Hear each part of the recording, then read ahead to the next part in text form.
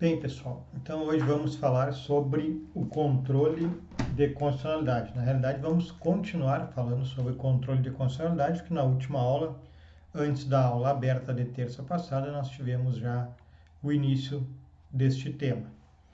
Então, hoje nós veremos o controle de constitucionalidade difuso e o concentrado.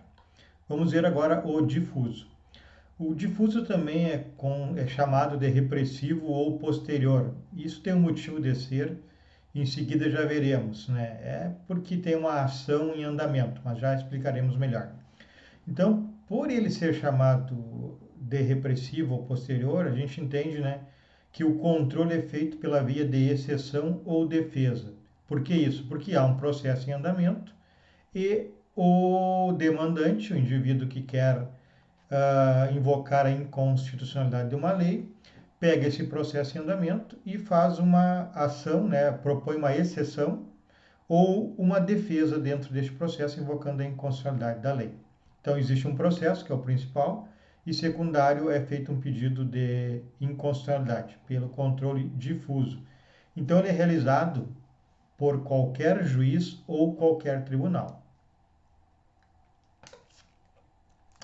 Observadas as regras de competências, né, processuais estabelecidas na Constituição e nos códigos.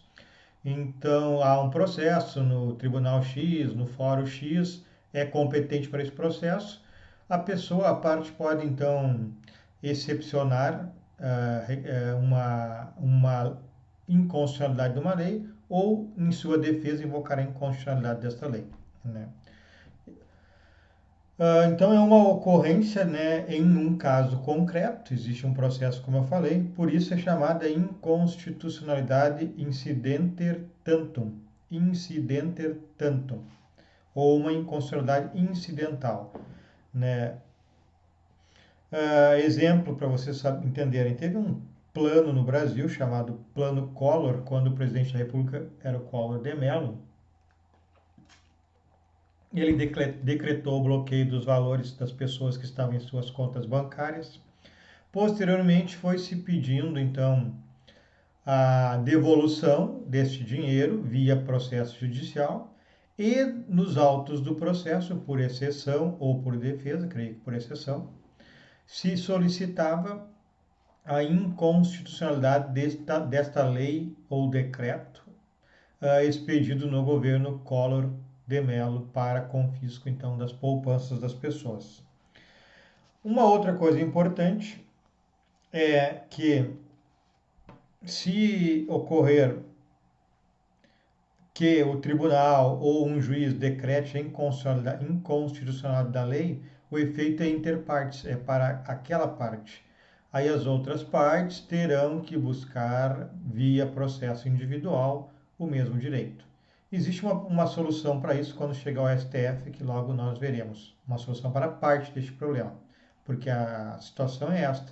Se o indivíduo ingressa com um pedido de inconstitucionalidade de um ato normativo pelo controle difuso e ele o judiciário aceitar a sua demanda, o seu pedido, ele terá efeito somente nesse processo desta pessoa. Porém, as demais pessoas terão que ingressar com a ação de inconstitucionalidade também, ou melhor dizendo, com a ação pedindo algo e nos autos deste processo requerendo o controle difuso, a inconstitucionalidade pelo controle difuso, né? Se for realizado esse controle de constitucionalidade pelo pleno, por exemplo, do Tribunal de Justiça, há a chamada reserva de plenário. Então, tem que ser, quando for julgado uma inconstitucionalidade pelo controle difuso, em tribunal, tem que ser com a reserva de plenário, que é o julgamento pelo pleno, todos os embargadores, ou pode ser também pelo órgão especial, que é fracionado, que é previsto no regimento interno dos tribunais, né? A súmula vinculante do número 10 do STF prevê essa situação da reserva de plenário. Bom, e os efeitos, então? Entendido que é o controle difuso, que é um controle incidental, incidente tanto, vamos ver os efeitos. Havendo o aceite, né? Havendo a decisão favorável pelos tribunais ou pelo juiz, a parte que solicitou a inconstitucionalidade do ato normativo. Primeiro, que eu já falei, são interpartes, né? Então há um controle, há um efeito para esta parte que ingressou com a ação incidental, né? Ela então receberá esta decisão favorável e os demais terão que entrar com ações judiciais requerendo incidentalmente então a inconstitucionalidade. Atinge a lei desde a sua edição, né?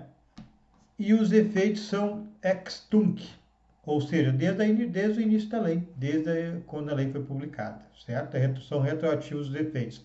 Mas pode haver a modulação dos efeitos, que eu creio que já tenha falado para vocês, mas podemos explicar. O que é a modulação do efeito?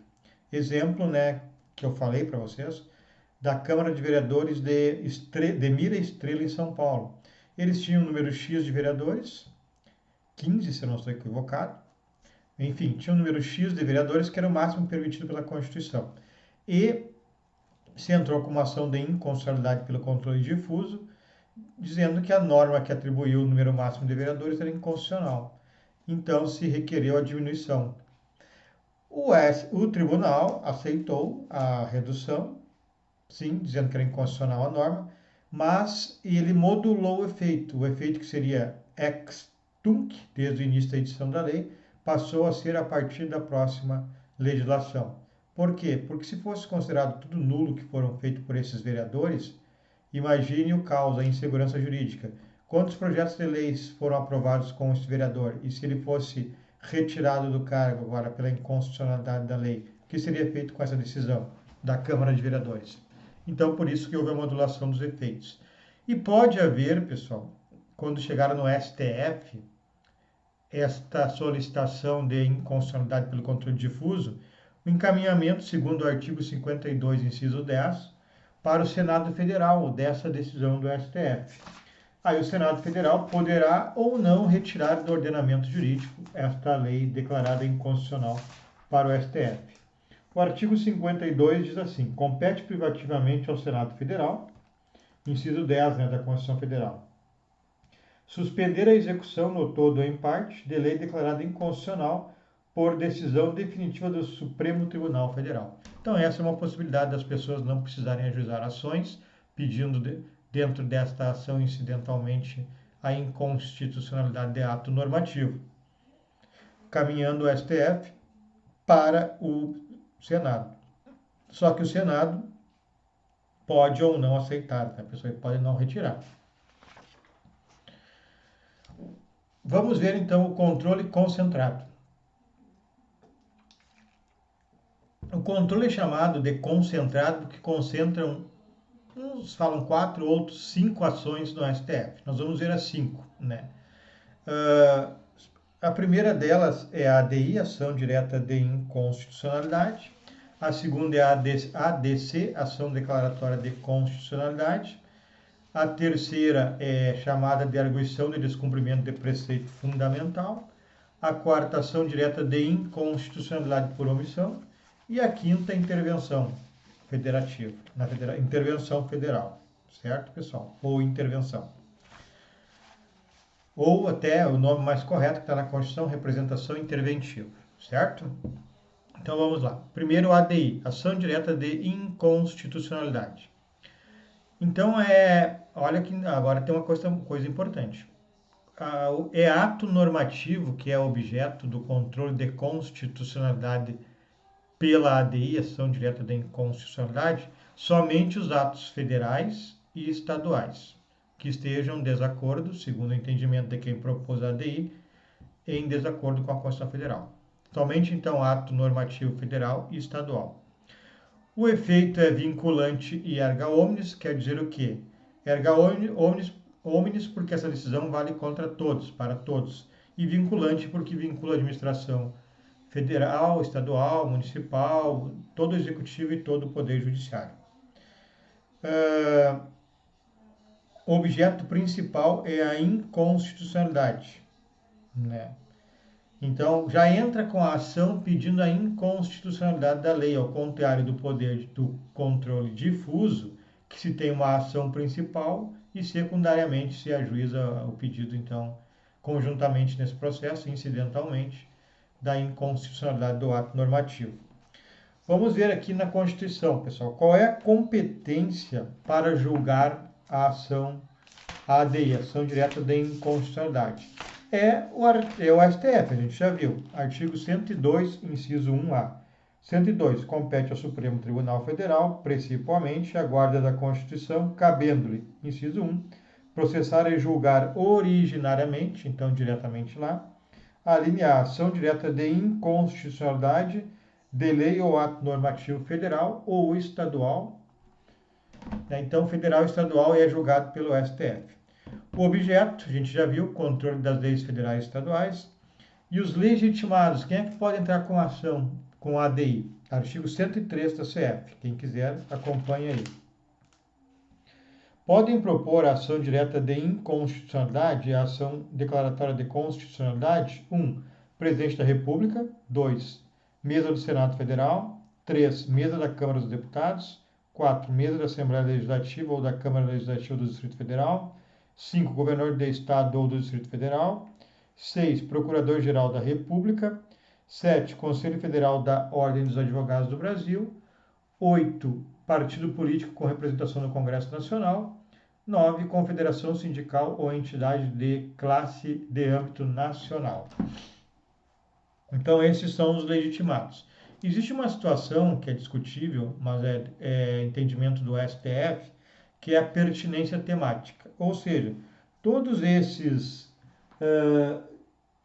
9 incisos do artigo 103, que são as pessoas ou órgãos que podem propor a ADI, não têm pertinência temática, ou seja, podem propor uma ADI, uma ação direta de inconstitucionalidade, sobre qualquer tema, exceto o inciso 9, pessoal, que é confederação sindical ou entidade de classe de âmbito nacional. É muito discutível isso pela doutrina, mas o STF assim entendeu, né, dizendo que se for órgão sindical, somente pode propor ADI inconstitucionalidade de ato normativo federal ou estadual, quando for relativo às suas atividades sindicais, trabalhistas, etc.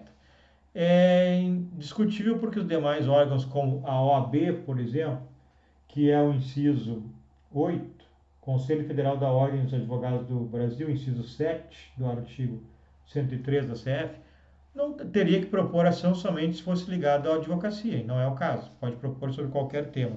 Então há essa discussão. Certo? Essa então é a ADI. Vamos ver a ADC, que está no mesmo artigo, ação direta, ação declaratória de constitucionalidade. Bom, é uma situação sui generis, especial. No sistema constitucional brasileiro, no sistema legal brasileiro, existe a presunção de legitimidade, de constitucionalidade das leis. Então, por que ingressar com uma ação para declarar constitucionalidade se há uma presunção que as leis são constitucionais quando saem do Congresso Nacional? É que essa presunção é chamada de iuris tantum, ou seja, admite prova em contrário. Né? Se fosse presunção iuris et de iuris, não admitiria prova em contrário, era presunção absoluta. Mas neste caso, a presunção iuris tantum admite prova em contrário, então os legitimados podem tentar propor a prova em contrário, alegando que é inconstitucional a lei. Para que isso, pessoal? Por que alguém faria isso? Para afastar a insegurança jurídica, a incerteza sobre a validade de uma norma. Empresas podem deixar, internacionais, podem deixar de investir capitais no Brasil por não terem absoluta certeza que a norma é constitucional. Então, por isso, foi criada a ação declaratória de constitucionalidade. Competência, artigo 102, inciso 2, STF. Então, compete ao Supremo Tribunal Federal, né? Deixa eu achar aqui.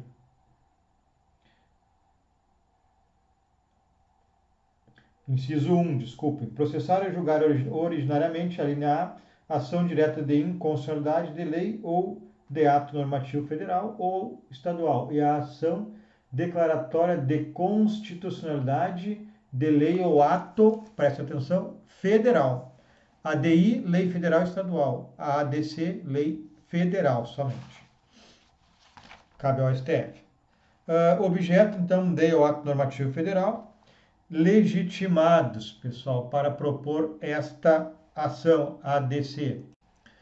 São os mesmos já descritos na ADI, no artigo 103, aqueles 9 incisos que nós acabamos de falar.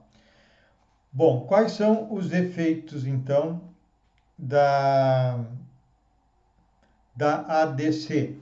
São erga omnes e vinculante. Então, erga omnes vale para todos, não se precisa ingressar com a ação individual cada pessoa, declarada uma para um pedido vale para todas as pessoas. E vinculante porque vincula poder judiciário, poder executivo, todas as pessoas são vinculadas, certo? Continuando, pessoal. Arguição de descumprimento de preceito fundamental, 102, parágrafo 1º. Vamos dar uma conferidinha aqui. Artigo 102, compete ao Supremo Tribunal Federal, principalmente, a guarda da Constituição, cabendo-lhe. Parágrafo 1º. Deixa eu achar aqui o parágrafo 1º. A arguição de descumprimento de preceito fundamental decorrente desta Constituição será apreciada pelo Supremo Tribunal Federal na forma da lei. Então, a arguição de descumprimento de preceito fundamental decorrente desta Constituição será apreciada pelo STF. Bom, então essa ação de descumprimento de preceito fundamental, ela visa evitar ou reparar lesão a preceito fundamental. E o que são preceitos fundamentais, pessoal? Preceitos fundamentais são preceitos com magnitude máxima na ordem constitucional. Por exemplo, fundamentos da República, que nós estudamos lá no início. Os fundamentos da República, vamos ver aqui, já digo quais são o artigo para vocês.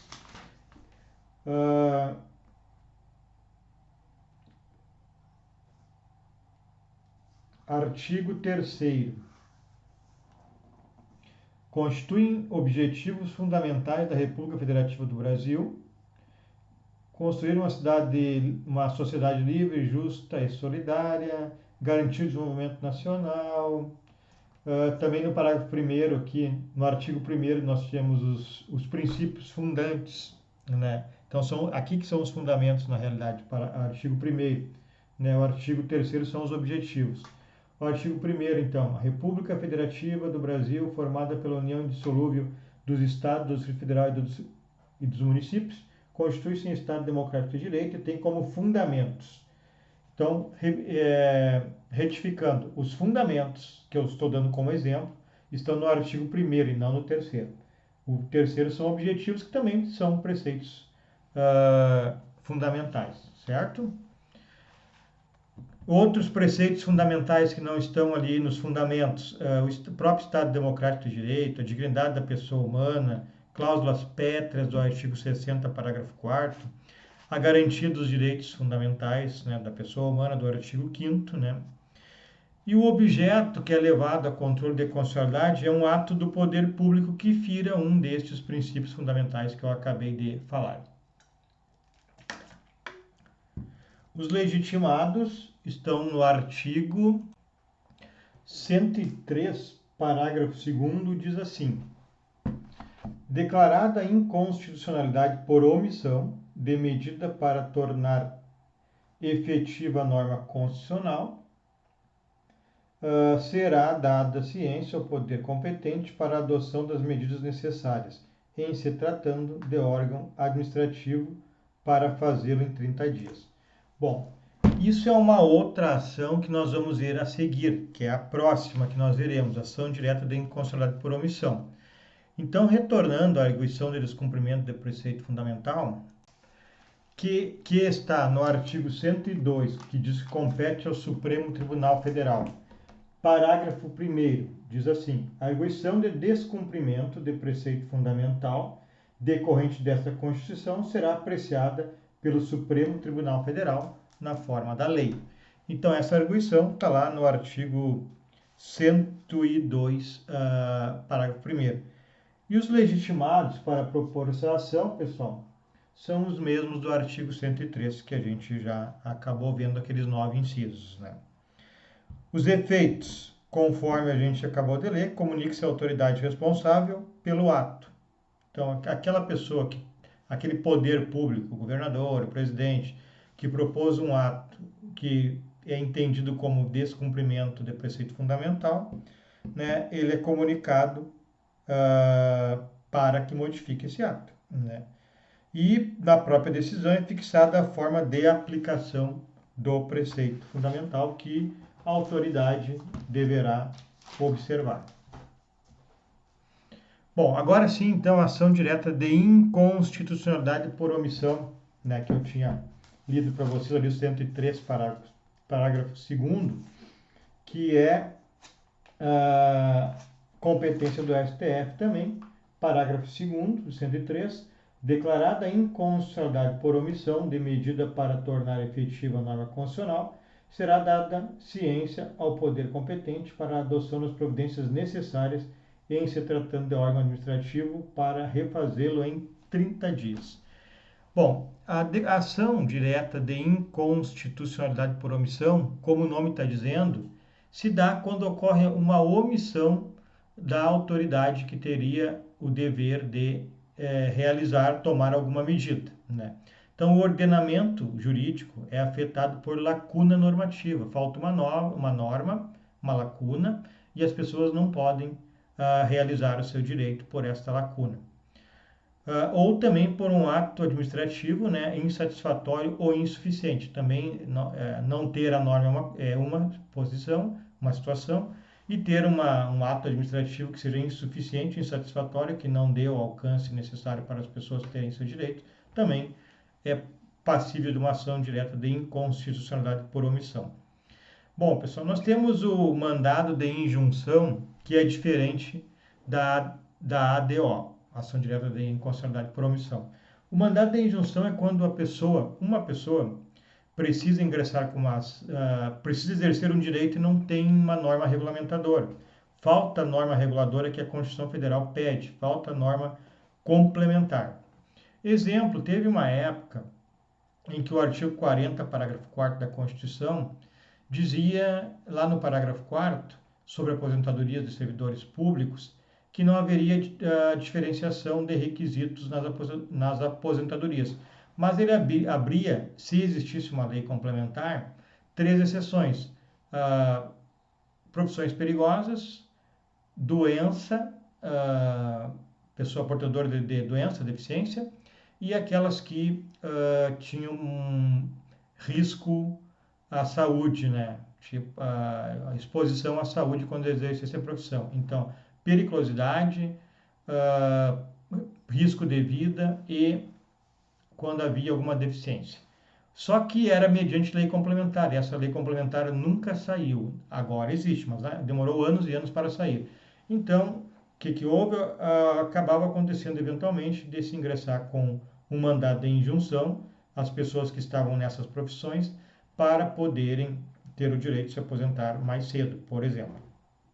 E a ADO não é falta de uma norma regulamentadora, ela é diferente do mandado de injunção, tem que ter esse cuidado.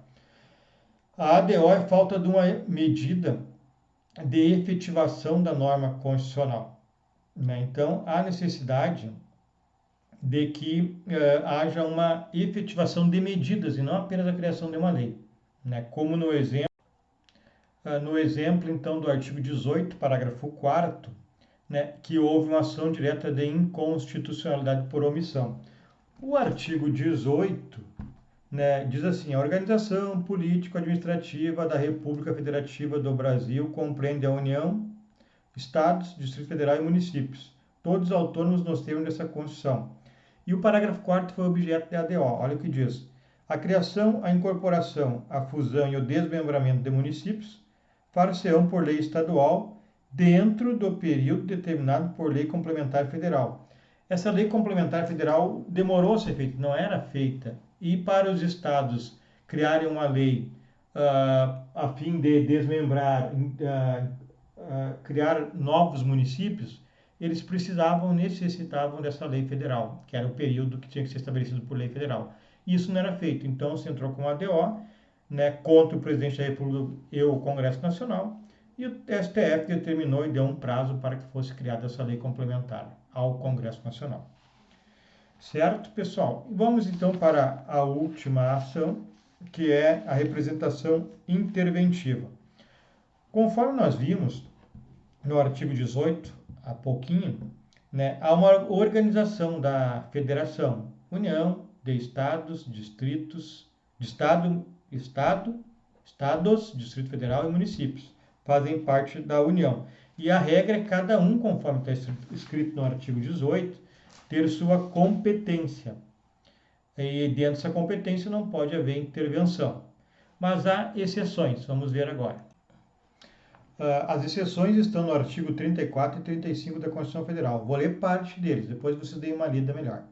Da intervenção, artigo 34. A União não intervirá nos Estados nem no Distrito Federal, exceto para, então, União nos Estados e Distrito Federal, manter a integridade nacional, ou seja, manter íntegros os Estados, né, dentro do Brasil, repelir invasão estrangeira ou de uma unidade da Federação em outra, então, estrangeira ou de um Estado do Brasil em outro Estado do Brasil. 3. Por ter um grave comprometimento da ordem pública. 4. Garantir o livre exercício de qualquer dos poderes nas unidades da Federação. Depois tem outros, vocês deem uma olhada. Agora, olha o artigo 35. O Estado não intervirá em seus municípios, nem a União nos municípios, localizados em território federal, exceto quando 1. Deixar de ser paga sem motivo de força maior por 2 anos consecutivos a dívida fundada. 2. Não forem prestados contas devidas na forma da lei. Pois tem mais 2. Então, essas possibilidades de intervenção surgem, pessoal, da União nos estados e dos estados nos municípios, né? Então, as hipóteses são essas do artigo 35. Tem que seguir o 35, que nós vamos ver agora, para poder haver essa intervenção. E o 34. 35 quando for dos estados no município e o 34 quando for da União nos estados. Foi o que nós acabamos de ler. E essas são as hipóteses, então. Também, então, como eu estava dizendo, tem que estar presente que o decreto é emitido pelo Executivo. Porém, estes requisitos, essas hipóteses do artigo 34 e do 35, são analisados pelo STF. Então, o STF analisa, afirma, decreta decide que estão presentes as hipóteses de intervenção, aí cabe ao Executivo intervir. Mas nós temos que dar uma olhada aqui no artigo 36, inciso 3. No artigo 36 tem algumas questões importantes. O inciso 3, por exemplo, diz assim: a decretação da intervenção dependerá, inciso 3, do provimento pelo Supremo Tribunal Federal de representação do Procurador-Geral da República, na hipótese do artigo 34, inciso 7, e nos casos de recusa à execução da lei federal. O que é esse 34.7? São situações importantes, são princípios sensíveis. Por exemplo, a linha A, forma republicana, sistema representativo e regime democrático. A linha B, direitos da pessoa humana. Então, nesses casos, tem mais, são 5 alíneas, há uma necessidade da intervenção, de uma representação, então, do Procurador-Geral da República perante o STF, e o STF vai dizer, então, se estão presentes os requisitos ou não para que o Executivo faça a intervenção, promova a intervenção.